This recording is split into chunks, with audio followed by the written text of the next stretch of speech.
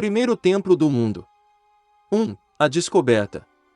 A 10 quilômetros de Urfa, uma antiga cidade no sudeste da Turquia, Klaus Schmidt fez uma das descobertas arqueológicas mais surpreendentes do nosso tempo: enormes pedras esculpidas com cerca de 11.000 anos, trabalhadas e arranjadas por povos pré-históricos que ainda não haviam desenvolvido ferramentas de metal ou mesmo cerâmica. Os megálitos são anteriores a Stonehenge em cerca de 6.000 anos. O lugar se chama Göbekli Tepe, e Schmidt, um arqueólogo alemão que trabalha aqui há mais de uma década, está convencido de que é o local do templo mais antigo do mundo.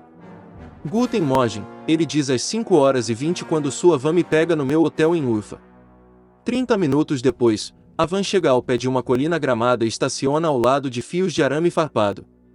Seguimos um grupo de trabalhadores morro acima até fossos retangulares sombreados por um telhado de aço corrugado, o principal local da escavação. Nas covas, pedras em pé, ou pilares, são dispostos em círculos. Mais além, na encosta, estão outros 4 anéis de pilares parcialmente escavados. Cada anel tem um layout aproximadamente semelhante. No centro há 2 grandes pilares de pedra em forma de T cercados por pedras ligeiramente menores voltadas para dentro. Os pilares mais altos chegam a 16 pés e, segundo Schmidt, pesam entre 7 e 10 toneladas. Enquanto caminhamos entre eles, vejo que alguns estão em branco, enquanto outros são esculpidos. Raposas, leões, escorpiões e abutres abundam, torcendo-se e rastejando nas laterais largas dos pilares. 2. Lugar sagrado para o seu povo. Schmidt aponta para os grandes anéis de pedra, um deles com 20 metros de diâmetro. Este é o primeiro lugar sagrado construído por humanos, diz ele. Deste poleiro a 300 metros acima do vale, podemos ver o horizonte em quase todas as direções. Schmidt, 53, me pede para imaginar como seria a paisagem 11.000 anos atrás, antes que séculos de agricultura intensiva e assentamento a transformassem na extensão marrom quase inexpressiva que é hoje. Os povos pré-históricos teriam contemplado manadas de gazelas e outros animais selvagens, rios de fluxo suave, que atraíam gansos e patos migratórios, árvores frutíferas e nogueiras, e campos ondulantes de cevada selvagem e variedades de trigo selvagem, como em Meire e em Corne. Esta área era como um paraíso, diz Schmidt, membro do Instituto Arqueológico Alemão. De fato, Göbekli Tepe fica no extremo norte do Crescente Fértil, um arco de clima ameno e terras aráveis. Do Golfo Pérsico aos atuais Líbano, Israel, Jordânia e Egito, e teria atraído caçadores-coletores da África e do Levante. E em parte porque Schmidt não encontrou evidências de que as pessoas residiam permanentemente no cume do próprio Göbekli Tepe, ele acredita que este era um local de culto em uma escala sem precedentes, a primeira catedral em uma colina da humanidade. Com o sol mais alto no céu, Schmidt amarra um lenço branco em volta da cabeça calva, estilo turbante, e habilmente desce a colina entre as relíquias. Em alemão rápido, ele explica que mapeou todo o cume usando radar de penetração no solo e pesquisas geomagnéticas, mapeando onde pelo menos 16 outros anéis megalíticos permanecem enterrados em 22 acres. A escavação de 1 hectare cobre menos de 5% do local. Ele diz que os arqueólogos poderiam cavar aqui por mais 50 anos e mal arranhar a superfície. 3. Primeira vez foi examinado. Göbekli Tepe foi examinado pela primeira vez, e descartado, por antropólogos da Universidade de Chicago e da Universidade de Istambul na década de 1960.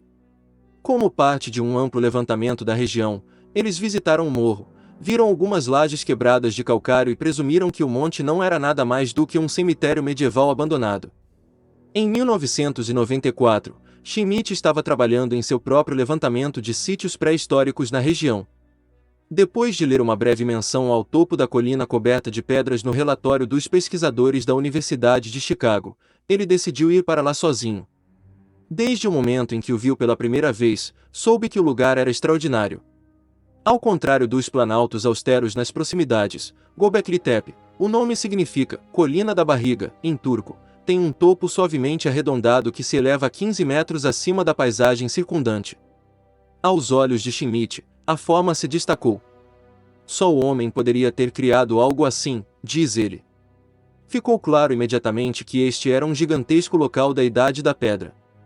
Os pedaços quebrados de calcário que os agrimensores anteriores haviam confundido com lápides de repente assumiram um significado diferente.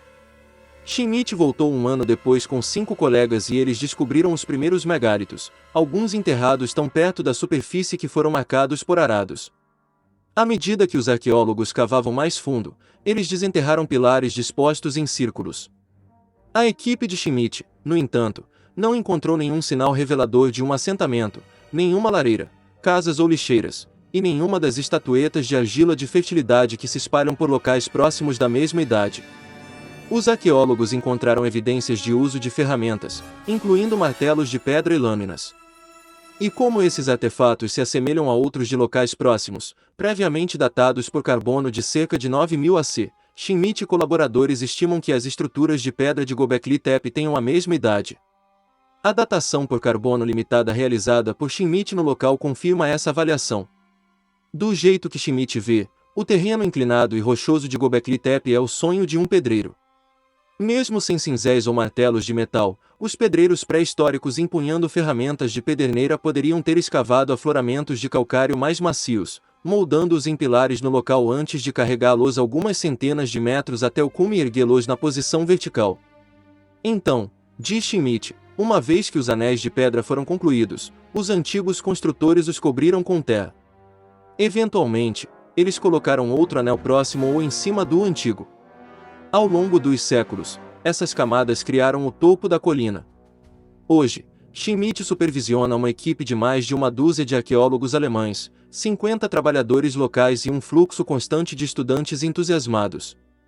Ele normalmente escava no local por 2 meses na primavera e 2 no outono. As temperaturas de verão chegam a 115 graus, muito quentes para cavar. No inverno a área é inundada pela chuva. Em 1995, ele comprou uma casa otomana tradicional com pátio em Urfa, uma cidade de quase 500 mil de pessoas, para usar como base de operações. Pesquisa: Vitor Hugo Lizardi Leonardi. Sobre meu canal de curiosidades. Este canal é para ver e ouvir curiosidades de nosso mundo no geral. Se possível, deixe seu like e se inscreva para ter novas notificações sobre novos assuntos. Muito obrigado.